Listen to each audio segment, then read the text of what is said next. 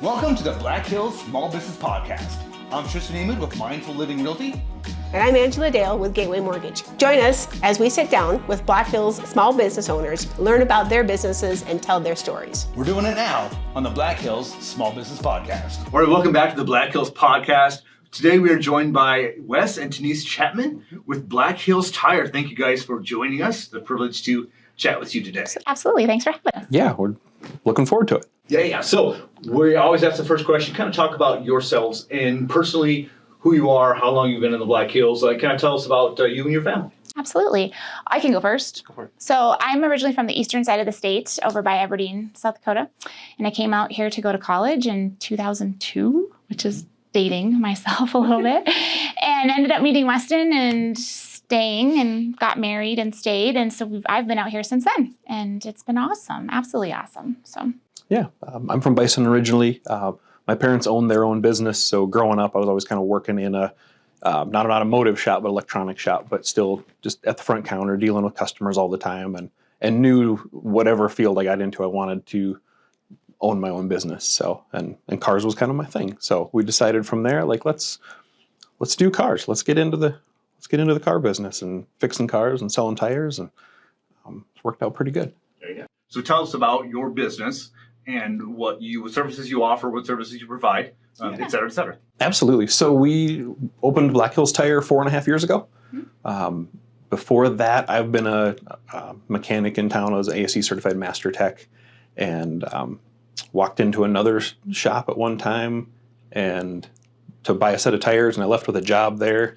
Kind of became a manager and then a part owner, and then we kind of parlayed that into owning our own business. So when we decided to go out on our own, we found a little 3-bay shop over on Jackson Boulevard and completely gutted it, remodeled it, and turned it into what's Black Hills Tire now. It's kind of funny. So I never knew what I wanted to do with my life. I just went and got your, business degree, because that's what, everybody goes to school for, it seems like.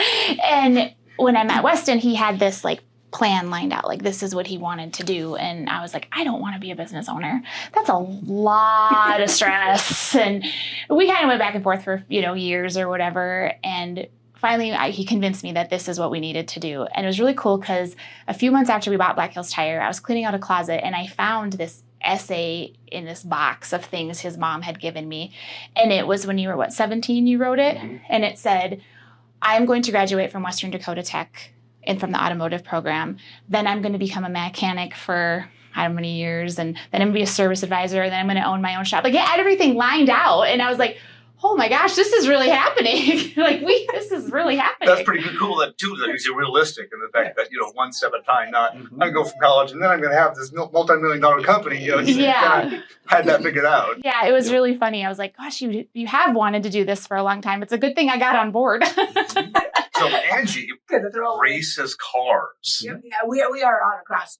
Oh, cool. Yeah, so she can ask questions about tires now. Well, you guys should come out sometime. We'd love to. That'd be so cool. Yeah, That'd be we raced awesome. just not very far at the fairgrounds up here. Okay. Cool. Yeah, May 14th, I think, is our first day still. Okay. Come out check, because yes, obviously we go through lots of tires. I imagine. Yeah. That kind of thing. So, and there's different, and as people can run slicks or they can run regular street tires, things like that. So Cool. So yeah, I do 200 treadwells on my car that I race so that I can drive on the road enough and I have a little grip when I race. Yeah, so absolutely. did you guys kind of get into those types of? We don't get into much racing stuff at all. No. We're pretty much 100% passenger car and light truck.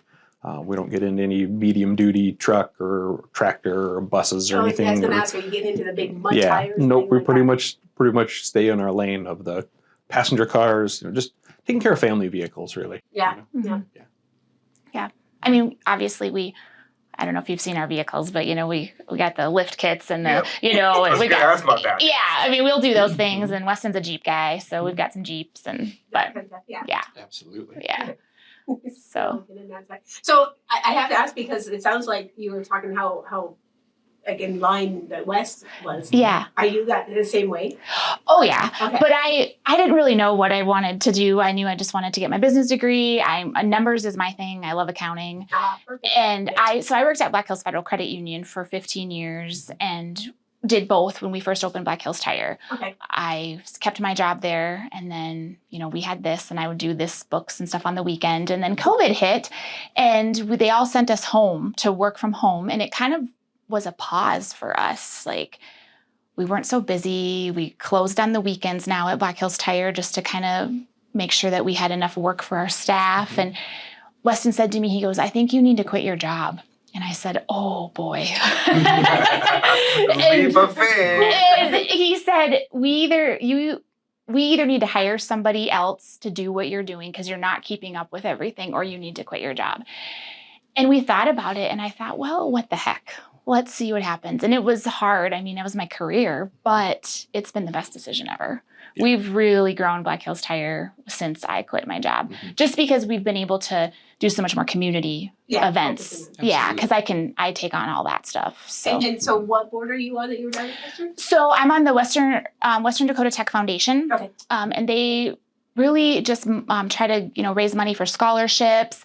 We have a housing initiative we're kind of working on right now. As you know, housing is hard and rapid. You guys know. Yeah. And so we're trying to figure out how to help potential students that are coming into Western Dakota find housing. Because a lot of times if they can't find housing, then they don't go to Western Dakota. And that's really sad. We're the only technical school in the western part of the state, and so we can serve so many people, but the housing is. So there's an initiative we're working on with that, trying to find some ideas. But big scholarships is a big thing, just raising money, because the more scholarships we have, even if a student just gets a $250 scholarship, they're more apt to graduate because somebody believed in them. No, that's true. And so that's kind of what we do. So, yeah. I think we get some of the Western Dakota Tech guys come out to race in their. I bet maybe it's a school of mine because they have. Okay. Because you guys, you have an automotive in Western Dakota Tech. We do. Mm-hmm. Yep, that's the program I graduated from. So, okay. Yeah, and we're kind of a big sponsor of the program too. There's the Build Dakota program, which is through the state for high need trades, so like nursing and automotive field.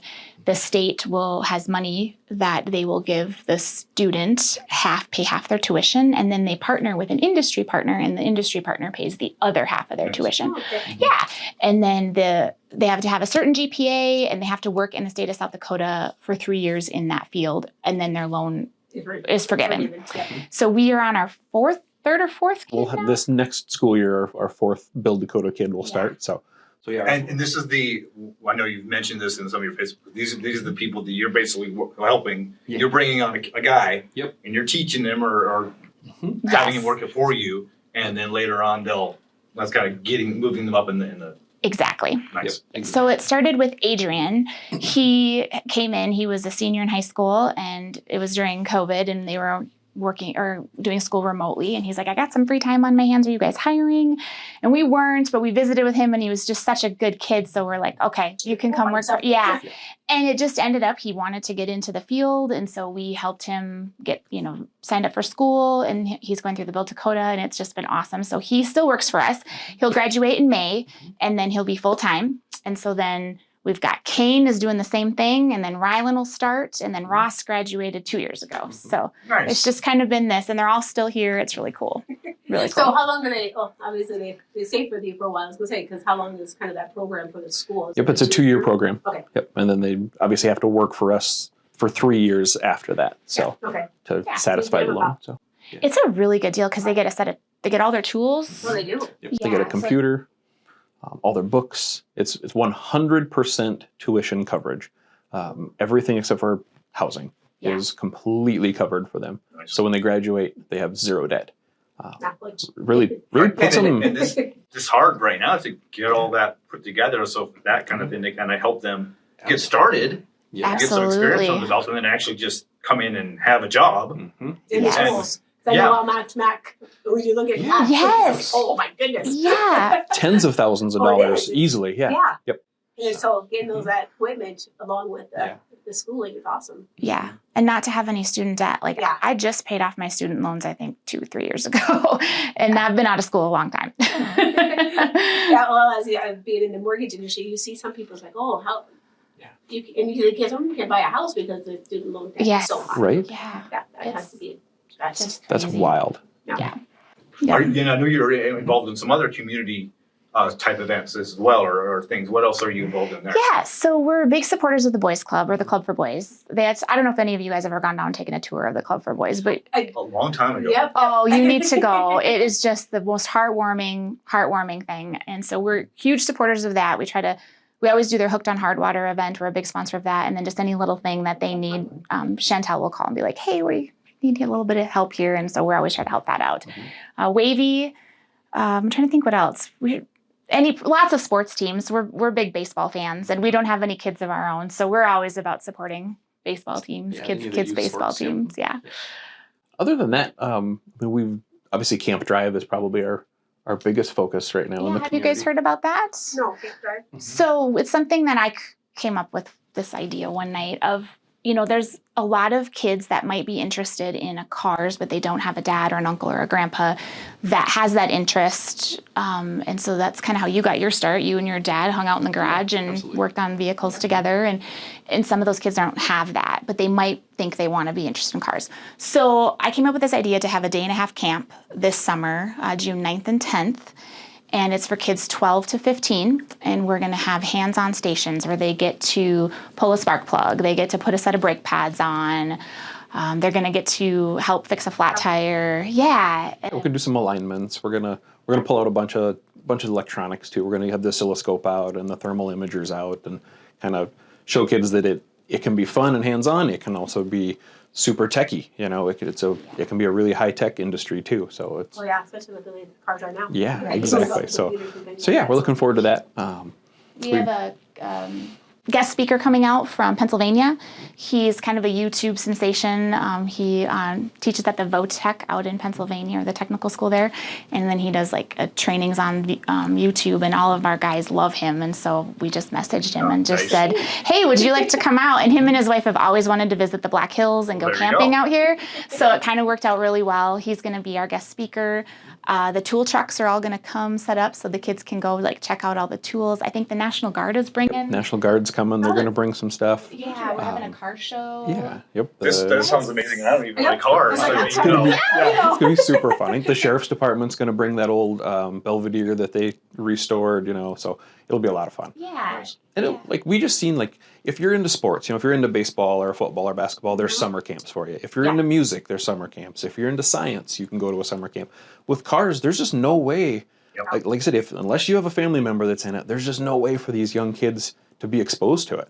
We thought, how fun to spend a couple of days just letting these kids just get that exposure. Yeah. No, So totally agree, because both of our boys, my husband rebuilt and motorcycles and cars and things like that. He would much rather build a car than help me in the house doing it. But being able to have that experience. Yeah. So there's some people that just don't have a garage, or they don't have Exactly. around the house. Yeah. So, Yep. So you'll have to. I'll have to start watching you on Facebook. Okay. Definitely, Yeah, check it out. information there. So Nice, we're pretty guys. excited about that. Yeah. Absolutely. So Wes, let's get a little more into your story. I know we've kind of touched on it a little bit, but tell us why you decided, hey, let's go work on cars. What was that journey for you? I think it's always been, about as long as I can remember, cars have kind of been a passion. But I wanted something that I could always be involved with people. That's my thing. I love talking to people. I love being around people. I love dealing with people. And then being able to take my passion and use that as, I guess, a bridge to offer just customer service, I think has really worked out well for me. You don't want to be the guy in the back just doing job and job and job. Exactly. You want to be the front guy. Yep, definitely the customer service guy, But cars have always been my thing. I don't know. We've always, just growing up, anything we could tear apart, we tore apart. And maybe we put it back together, maybe we didn't. But So what was your first car? Still own it. It's a 75 Dodge. It's got the chrome stacks and the wood box on it and stuff. It's pretty cool. You and your dad started restoring that. How old were you said? Probably, 14. So when I was 14, it was sitting in the backyard, hole in the gas tank. One of them tossed the keys to you. If you can get it running, you can drive it. and it became a career. Yeah, yep, exactly. So Awesome. So now it's fully restored and still have it and drive it around every now and then. So that was my first car. So other than that, one thing I never thought I would be involved in was tires. I would just always wanted to just be a mechanic, or own a shop or a garage. And walked into a tire store in town one time, like I said, and walked out with a job unintentionally And that's kind of how we got into the tire automotive business, and really love it. It's been a very rewarding career, honestly. It's just a lot of fun. You get to do the custom wheels and tires, and you get to do the fun stuff, the lift kits and everything. As well as my cars that come in that just need a flat repair. As well as just the regular stuff. You might have to take the camp. Yeah, maybe I should. Maybe my own damn tire. Well, registration for the camp opens April 1st. Oh, So you have to be your max I think 15. I think I can look 15. I can just do something, right? What do you guys love about doing business in Rapid City? I think for me, my favorite part about doing business in Rapid City is it's big enough that we can like achieve our goals and realize our dreams. You know, it's big enough for that, but it's also like the small town. Yeah. It's also it's got that small town atmosphere that you can be part of the community. That's definitely my favorite part. We're both small town kids. yeah, I had 18 kids in my graduating class back home. So. And that's huge. I mean, I had 13 kids in my class. Oh. You know, so we're small town kids. We like that aspect of things. We like, and that's I think our favorite part about Rapid City is it's big enough to do the things we want to do, but it's small enough that it's still that small town vibe. Oh, yeah, you pass somebody in the grocery store, like, Yes. oh, hey! It's funny, we have friends that came from Kentucky, and she's like, you know everybody. It's like, no, you see everybody You out. do. And he's like, Yeah. you know, it is that small My town. wife feel. says she can't take me anywhere. Anywhere we go. Hi. That's Who is that? I don't know. That. Yep, Yes, exactly. I- An hour Menards trip turns into 3 because he runs into everybody and we have to say hi and all the things. But Yep. so yeah, absolutely, that 100%. Just that it allows us to build careers for. I have 13 employees and they're able to support their families but yet It's we're huge. yes, and I take that very seriously.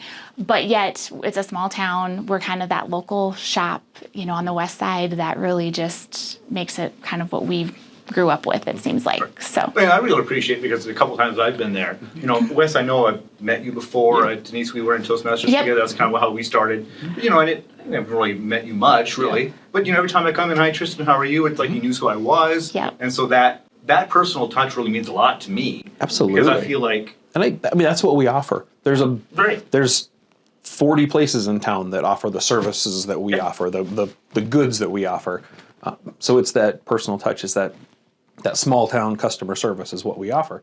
I mean, that's us. That's what sets us apart. Exactly. Yeah, customer service is I mean, a huge factor for me too. It's like, you know, you need to have that when somebody walks in, you know, saying hello or at least that greeting of. Absolutely. Somebody just kind of makes you feel like you're a little part of the family, and Yeah. that's just how we were raised, honestly. Absolutely, yeah. And that also ties into the small town, big town part, you know, because people small town like that personal touch. Absolutely. Big town people don't care as much, but you know, us small town people, Yep. we like to have that. Yep. I know it's surprising, like, wait a minute, you didn't say hello, or you didn't say, wait, and you have to take that in, because, like, oh yeah, it is a big town that you might be talking to on the other side of the phone. Yes. Wait a minute, say hello, or, you know, let's engage in a conversation kind of thing. Yep. Yep, absolutely. My grandparents owned a gas station in western North Dakota. I don't know if you guys know where Elgin is or north of Lemon a little bit. It's seen it on the map. Yeah, and so they owned their own gas station there for like 42 years. Service station, the Yeah. typical My grandpa, do everything little Yep. service station, you know. he'd come out and, you know, fill your gas for you and Yep. check your oil and wash your windows. And so when we were growing up, my sister and I, we would go back and stay with them for a couple weeks every summer, and we'd ride our bikes down, and, you know, Grandpa would let us hang out with him, and we saw him going out there, and he'd talk to everybody, and he'd make sure that, you know, their car windows were clean with no bugs or, you know, all that. And that's kind of where that service came from.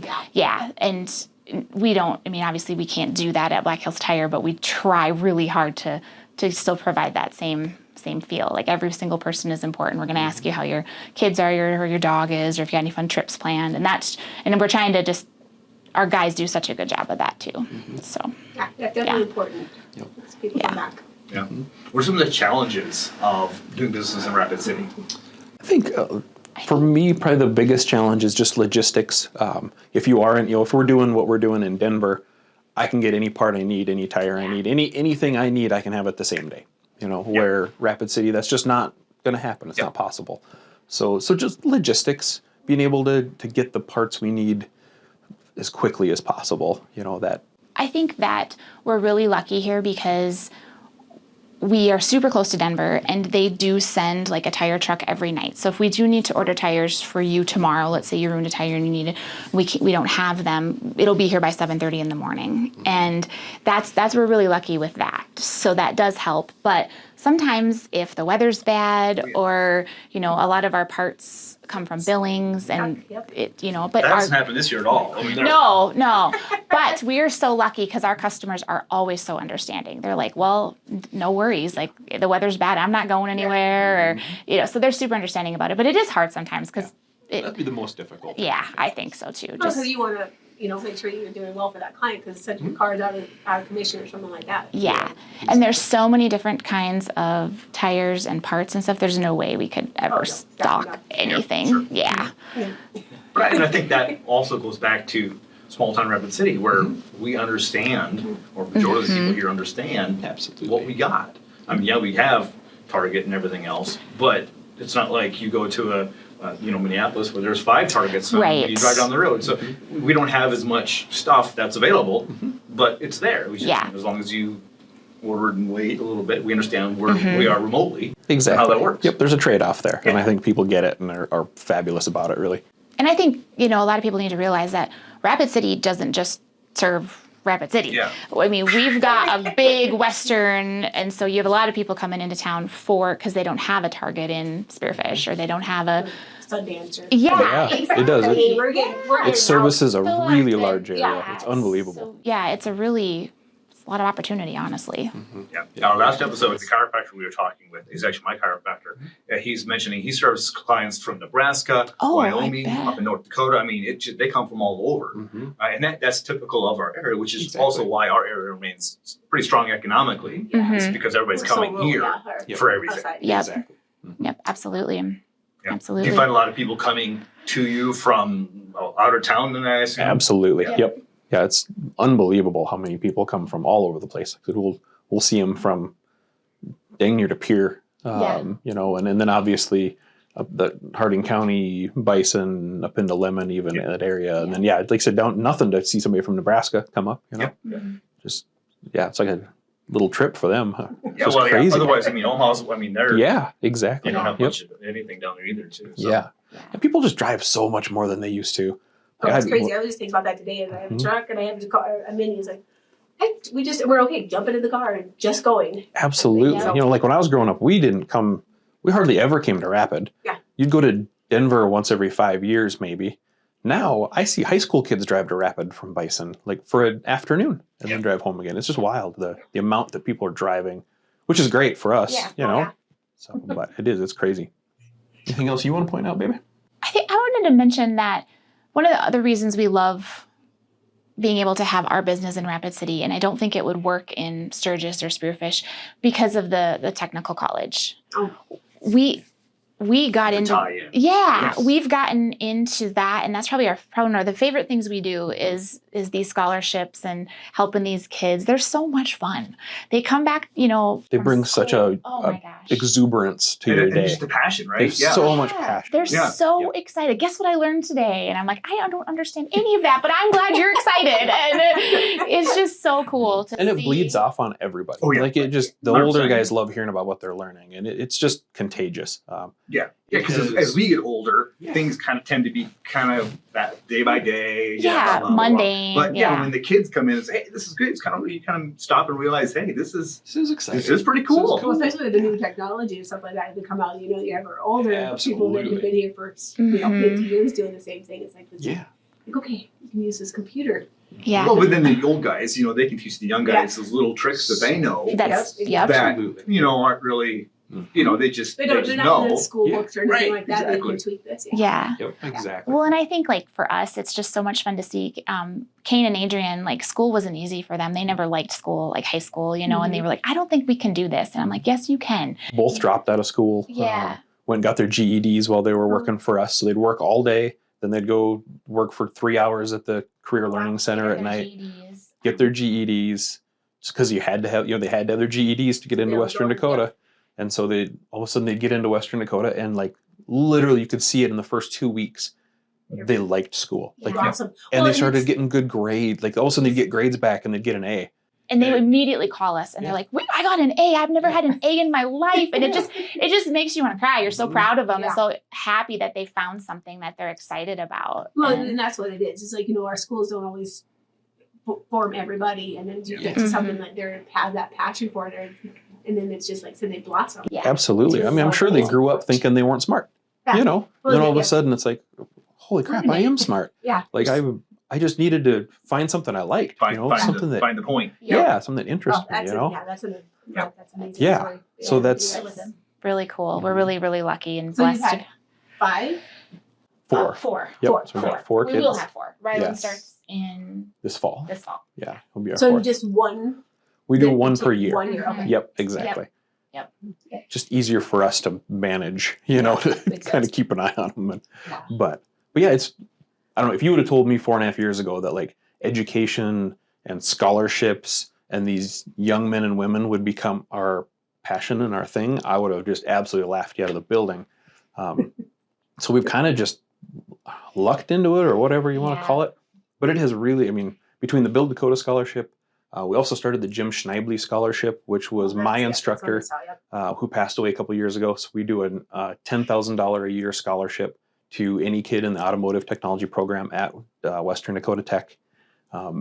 Jim was quite the character. Him and his wife Judy lived up behind our shop on Jackson Boulevard, and he's always kept in touch with you after you graduated, and so he was waiting for us after we signed the papers when we bought the building. He was sitting in the parking lot, and we just signed our life away, buying this property, and he was like sitting there and we were like, hi. He's like, hi. It was just so cool. And then he'd come down he'd come down and check on us now and again. He'd just walk through the shop and just, and sometimes Weston would call him and be like, hey, we got a car that's given us a little trouble. You want to come help my guys? And so he knew how to fix it, but he wouldn't tell him. He'd like ask him questions to get him to the, Could not take the teacher out of him, right? I'm going to walk you through the process and you're going to figure out what's wrong. And so he passed away unexpectedly a couple years ago, and he did not want a service or anything. And Weston's like, well, I need to do something for me to help remember him because he was such a big impact in my life.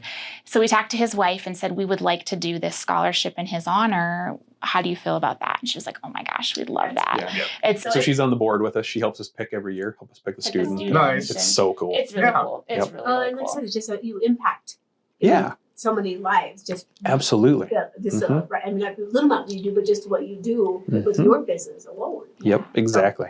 We wouldn't be doing the community a service if we didn't give back to the community that has supported us in this crazy venture. Because we're just 2 small town kids that just are trying to, help as many people as we can and provide a living for as many people as we can. And so we need to give back to the community that's supporting us. And that's kind of how we look at it. So We were just talking about housing when we got here, like affordable housing, and it is difficult. Like, wow. From the credit union, and it's like, what is a solution to be able to? So, would these guys do?